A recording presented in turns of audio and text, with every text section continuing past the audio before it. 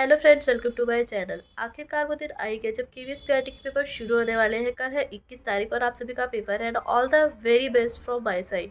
अच्छे से पेपर दीजिएगा और घबराइएगा बिल्कुल भी मत। मुझे पता है आप में से काफ़ी ज़्यादा लोग ये सोच रहे हैं कि हमारा पेपर तो कल ही आ गया और शायद हम उतना अच्छा स्कोर नहीं कर पाए जितने कि बाकी स्टूडेंट्स कर पाएंगे। तो देखिए फ्रेंड्स, हर किसी चीज़ के अपने फ़ायदे और अपने नुकसान होते हैं। देखिए, आप पेपर देके आपको कोई भी आइडिया नहीं है कि पेपर कैसा आ रहा है, कहाँ से आ रहा है, किस टाइप के क्वेश्चन पूछे जा रहे हैं। तो हो सकता है नॉर्मलाइजेशन में आपके मार्क्स फट जाए, क्योंकि जितने भी बच्चे उस शिफ्ट में बैठेंगे उन सब के लिए वो पेपर का पैटर्न बिल्कुल नया होगा। और हो सकता है जो बच्चे बाद में पेपर दे रहे हैं लेकिन उनको आइडिया हो चुका है कि पेपर किस तरीके से आ रहा है, तो उनके मार्क्स नॉर्मलाइजेशन में घट जाए। तो घबराने की बात बिल्कुल भी नहीं है। आप अपना पेपर बेफिक्र होकर दीजिए। और कुछ चीज़ें जो आप अपने माइंड में याद रखिएगा, मतलब जैसे कि आज मैं क्वेश्चन सॉल्व कर रही थी विलोम शब्द का, जिसमें था कि जो स्थावर होता है उसका विलोम क्या होगा। तो मतलब मेरी जो अंतर आत्मा है ना, क्योंकि मैंने कहीं ना कहीं पढ़ा हुआ था पहले से, तो मुझे ऐसा लग रहा था कि इसका आंसर ना जंगम होगा। लेकिन ना एक घबराहट होती है ना कि गलत तो नहीं है। मैं तो अपना दिमाग में थोड़ा एक्स्ट्रा चला लिया कि स्थावर ना मतलब स्थिर होता है, ठीक है, जैसे कि हम सब जानते हैं। तो उसमें एक ऑप्शन चंचल भी था। तो मैंने सोचा कि स्थावर मतलब कुछ शांत रहने वाला, और चंचल मतलब कि जो जिसका मन डोलता रहता है, चंचल। तो मैंने चंचल लगा दिया, लेकिन आंसर जंगम ही था, जबकि मुझे अंदर से पता था कि आंसर जंगम है। लेकिन मैंने फिर भी गलत कर दिया। तो हमें पेपर में भी ना ये गलती नहीं करनी है, हमें घबराहट बिल्कुल नहीं देनी है। क्योंकि हमारा जो अनकॉन्शियस माइंड होता है ना, उसमें कहीं ना कहीं हमारी चीज़ें स्टोर होती है। तो जो हमें दिल से लगे ना इसका आंसर ये हो सकता है, वही लगाना। और ये वाली गलती ना मैं बहुत बार रिपीट करती हूँ, बहुत बार। मतलब मुझे ऐसा लगता है मेरे 5-6 नंबर तो ना ऐसे ही कट जाते हैं। मैं कुछ एक्स्ट्रा सोच लेती हूँ। एक्स्ट्रा बिल्कुल भी नहीं सोचना है।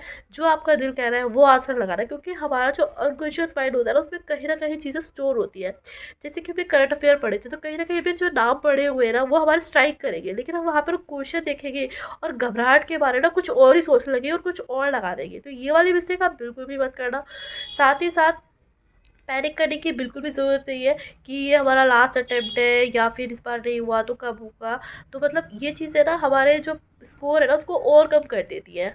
और फ्रेंड्स, मैं आपको एक सजेशन ज़रूर देना चाहूँगी, जो मुझे नहीं लगता कि आपको किसी ने बताया होगा। अगर आप मेरी मानिएगा तो पेपर को इस तरीके से अटेम्प्ट करेंगे तो it will be better for you. देखिए, अगर आपने कोई भी मॉक टेस्ट लगाया हो, तो अगर आपने देखा हो कि जब आप 60 नंबर पैडागोजी वाला सेक्शन करते हैं ना, तो दिमाग फ्रस्ट्रेट हो जाता है और एंड तक आते आते ऐसा लगता है बस ये पैडागोजी खत्म हो।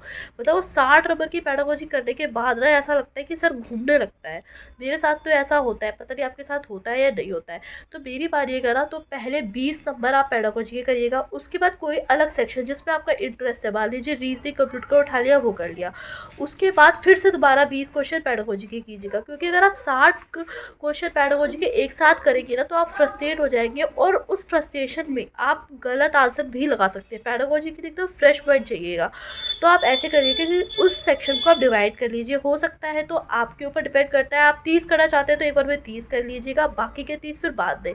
मैं तो 20-20 करके करती हूँ। जो मैं मॉक टेस्ट दे रही हूँ ना उसमें मैं यही करती हूँ, ताकि जो एक्यूरेसी है ना मेरी पैडागोजी को अटेम्प्ट करने के लिए वो बनी रहे, ठीक है। तो अगर आपको ये आइडिया अच्छा लग रहा है तो प्लीज़ फॉलो कर लीजिएगा पेपर के अंदर, क्योंकि मुझे तो मतलब अंदर से वाली फीलिंग आती है कि मैं 60 क्वेश्चन पैडागोजी के एक साथ तो अटेम्प्ट नहीं करने वाली हूँ, और ना ही मैं कर सकती हूँ, ना ही मैं मॉक टेस्ट में ऐसा कर पाती हूँ। तो ये कुछ टिप्स थी जो मैं आपको देना चाहती थी। और अगर आपका मन करे तो इन्हें फॉलो कीजिएगा, क्योंकि बाद में ना पछताना ना पड़े, ऐसा कुछ भी मत कीजिएगा। और बस एकदम काम माइंड से और अपनी रिवीजन करते रहिए एंड वक्त तक। और सुबह मतलब कुछ मत कीजिएगा, बस आराम से जाके पेपर देना और पैनिक ना हो, इसलिए सेंटर पे जल्दी से पहुंच जाना, ताकि लेट ना हो। क्योंकि फिर अगर एक बार भी हम घबराहट होकर शुरू हो जाती है ना कि हम लेट हो जाएंगे सेंटर पहुंचने में कुछ भी, तो वो घबराहट हमारी ना पेपर तक चलती रहती है। तो हर एक चीज़ मिलकर आराम आराम से कीजिएगा। And all the best for your exams. तो मिलते हैं हमारी नेक्स्ट वीडियो में। Bye bye.